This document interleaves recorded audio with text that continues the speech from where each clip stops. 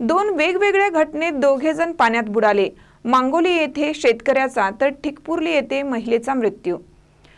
काल दिनांक 31 जानेवारी रोजी राधानगरी तालुक्यातील मांगोली आणि ठिकपुर्ली येथे पाण्यात बुडून झालेल्या अपघातात दोघांचा दुर्दैवी मृत्यू झाल्याची घटना घडली।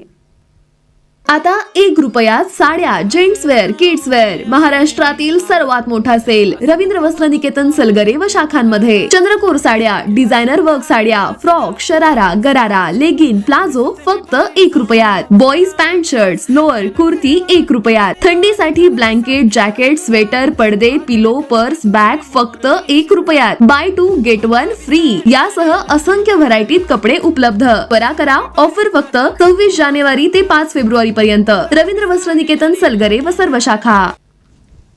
मांगोली येथील दत्तात्रय ईश्वरा पाटील हे येथील आपल्या नावली नावाच्या शेतामधील ऊस पिकाला पाणी पाजण्यासाठी गेले असता विहिरीवरील मोटर चालू करत असताना पाय घसरून विहिरीत पडले। ही घटना समजल्यानंतर त्यांना उपचाराकरिता सोळांकूर येथील ग्रामीण रुग्णालयात नेले असता डॉक्टरांनी त्यांना मृत घोषित केलं।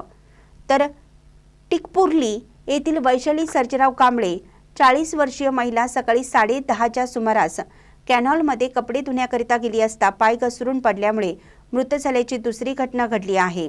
त्यांनाही उपचार करता सोळांकूर रुग्णालयात नेले असता डॉक्टरांनी मृत घोषित केलं। सदर दोन्ही घटनांची नोंद राधानगरी पोलिसात झाली आहे। अधिक तपास पोलीस निरीक्षक संतोष कोरे यांच्या मार्गदर्शनाखाली पोलीस हेड कॉन्स्टेबल शेळके आणि जठार हे करत आहेत। महानकरी न्यूजसाठी विजय बकरे, राधानगरी। ताज्या बातम्यांसाठी महानकरीला सबस्क्राइब करा आणि बेल आयकॉनला क्लिक करा।